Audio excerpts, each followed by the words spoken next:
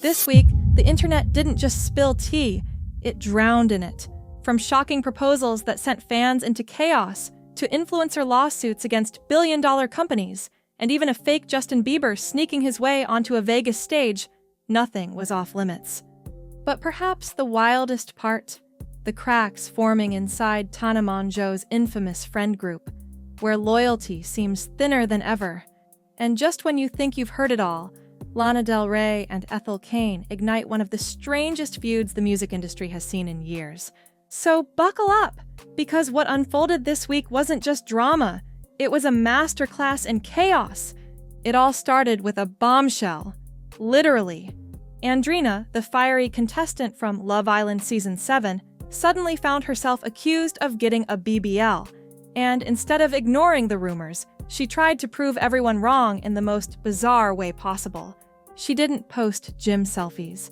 She didn't release old modeling photos. She didn't even clap back with a ranty TikTok. Instead, she went all the way back to her childhood. Andreina pulled out a baby photo. Yes, you heard that right. A picture of herself as a toddler, asleep on her stomach in a diaper, with the caption, "And they want to say I got a BBL." The internet's reaction? Pure disbelief. Fans weren't buying it. Some called it weird, others said it was uncomfortable, and many asked the obvious question, why not just post a teenage picture instead? And beyond the jokes, the deeper issue became clear. In today's influencer culture, the obsession with proving authenticity, whether it's about your body, your relationships, or your bank account, can push people to desperate, even absurd extremes. But as the BBL scandal dominated one corner of the internet, Hollywood had its own storm brewing. For years, Bella Thorne has thrived on controversy. But this time, the backlash came from something many people didn't expect: love. A year ago, her fiancé got down on one knee and asked her to marry him. This week, Bella decided it was her turn. She dropped to the floor, pulled out a ring, and proposed back. She posted the video online, captioned, "3 years ago, we met. 1 year later, he proposed. Now, 1 year later, so did I." And the internet went insane. Half of the comments praised her. Equality in relationships. Girl power. Love is love. But the other half? Brutal.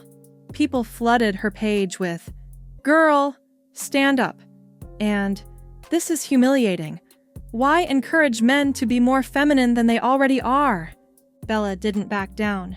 She clapped back by liking supportive comments and even responded herself, "I don't care about outdated social norms. Love is equal." But the split was undeniable. What some saw as romantic empowerment, others saw as desperate validation. And while Bella faced her critics, another influencer wasn't just battling opinions. He was preparing to battle in court. While Bella Thorne was brushing off the internet's judgment, Josh Richards was gearing up for something far more serious: a legal battle. Poppi, the billion-dollar soda brand that exploded this year, was the crown jewel of influencer investments. Dozens of creators cashed in big when the company sold, and many thought Josh would be one of them. After all, he wasn't just a casual supporter. He had over 500 shares, promoted the drink with his massive platform, and even pulled his influencer friends, Bryce Hall, Blake Gray, Griffin Johnson, into the campaign. But when it came time to collect, Josh says the check never came. According to court filings, Josh accuses Poppi's founders, Stephen and Allison, of fraud, breach of contract, and negligent misrepresentation. In simple terms, he claims he was promised the world, but the fine print told a different story. The irony is brutal. Poppi built its empire on the backs of influencers, using their names, faces, and social networks to skyrocket into the mainstream. And now, one of the very influencers who helped build that empire is accusing them of betrayal. Fans are torn. Some think Josh is being greedy, chasing money he doesn't deserve. Others see this as the tip of the iceberg, a sign that influencer brand deals are rarely as glamorous as they look. And while Josh prepares for his day in court, Vegas was preparing for a spectacle of its own. But what happened next wasn't a lawsuit. It was a full-blown illusion. Picture this. You're in Las Vegas. The music is loud. The drinks are flowing. The lights are blinding. Suddenly, you hear a familiar voice. You turn toward the stage, and there he is, Justin Bieber, performing live in front of you. Except it wasn't him. This week, an impersonator managed to sneak his way onto the legendary Wynn stage. Dressed like Bieber, moving like Bieber, singing Bieber's songs, he convinced not just the crowd, but even the DJ that the real pop star had shown up unannounced. Fans swarmed, taking selfies, posting videos, losing their minds.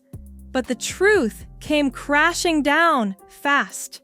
A rep for the Wynn later confirmed it was all an elaborate ruse. The fake Justin and his team had somehow tricked security, staged an entrance, and fooled an entire Vegas audience. When the hotel realized the mistake, he was kicked out immediately and banned from ever returning. The internet's reaction? Utter chaos. Some were horrified that security could be so easily fooled. Others found it hilarious. Memes exploded, calling him Discount Bieber and Wish.com Justin. But beneath the jokes lies a darker question. How blurred has celebrity culture become when a convincing lookalike can cause this much hysteria? And if Vegas was laughing, the music industry was about to cry. Because the next feud brewing online wasn't a prank.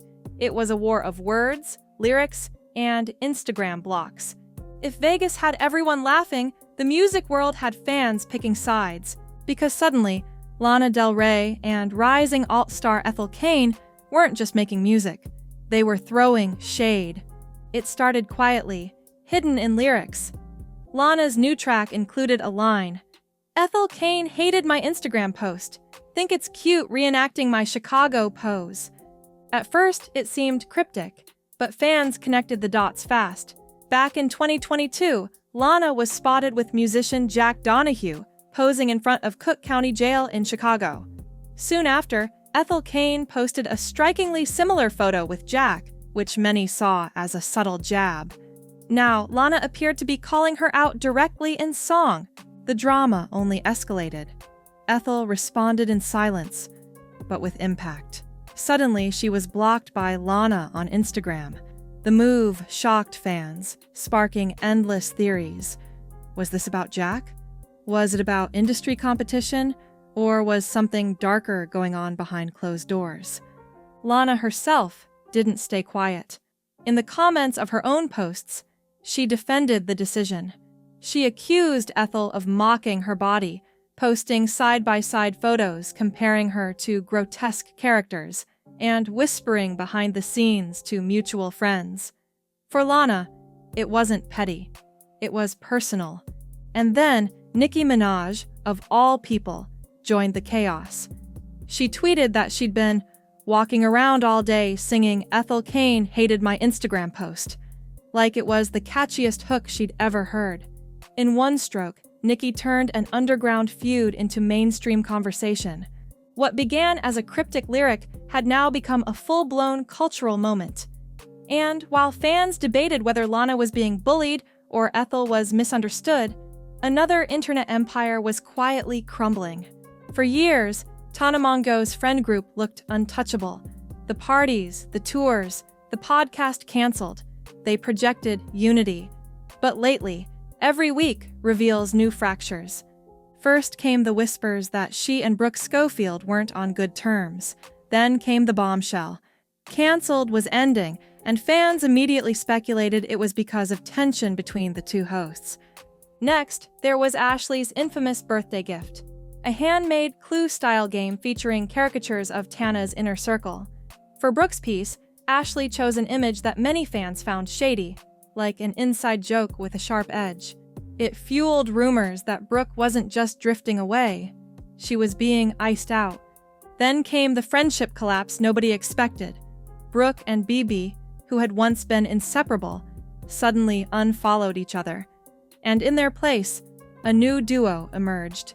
Paige, longtime ally of Tana, suddenly seemed glued to BB. Together, they posted videos, did Sunny Angel unboxings, and played up their new bond. To fans, it felt like shifting alliances in real time, a friend group Cold War unfolding on TikTok. Tana herself tried to rise above it. When a creator made a viral video dissecting the situation, she stepped in. Her message was clear: "I don't have capacity for drama. I only focus on the people closest to me and wish everyone well." But even that backfired. The TikToker behind the video issued a teary apology, admitting they stir drama because views pay their tuition bills.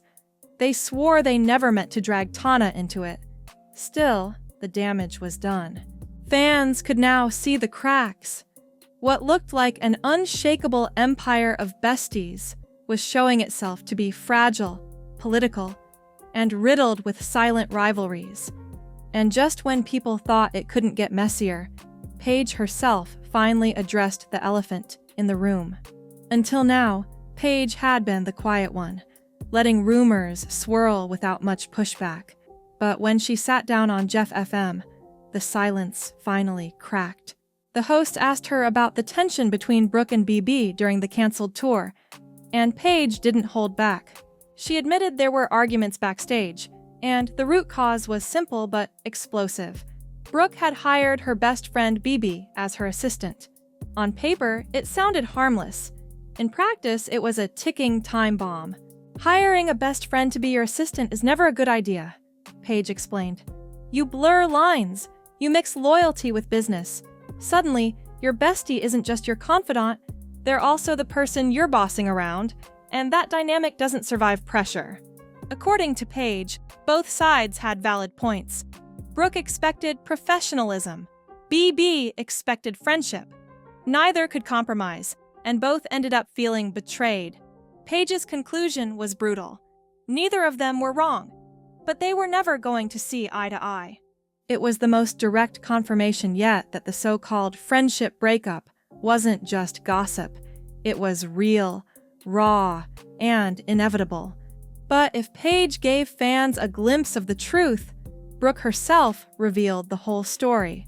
When Brooke finally spoke out on another podcast this week, her tone was heavy, almost defeated. For months, fans speculated that Cancelled was imploding because of drama with Tana, but Brooke's confession painted a different, darker picture. "It's just not fun anymore," she admitted. "The show was toxic. We were toxic. We invited in an audience that thrives on hate, and it backfired. The backlash is constant. It's too much." She revealed there were only 2 episodes left before Cancelled would end for good. And while she didn't close the door on podcasting forever, she made it clear she wanted something smaller, something quieter, something with less scrutiny. "I'd do another podcast," she said, "but with a smaller audience. The hate, it's just not worth it anymore." In that moment, it became clear. Cancelled wasn't killed by ratings or by content or even by friendship drama. It was killed by the weight of being too big, too fast, too exposed. And just like that, one of the internet's most chaotic empires announced its quiet collapse. So, in 1 week alone, we watched Andreina try to prove her body was real with a baby photo. Bella Thorne flipped the rules of proposals upside down. Josh Richards accused a billion-dollar company of betrayal. A fake Justin Bieber fooled an entire Vegas crowd. Lana Del Rey blocked Ethel Kane over years of silent tension, and Tana Mongeau's friend group unraveled in front of millions, culminating in Brooke walking away from Cancelled altogether. If the internet can feel this chaotic in 7 days, what will the next week bring? More feuds, more scandals, more strange collapses, or maybe, finally, a moment of peace? But let's be honest, you already know the answer.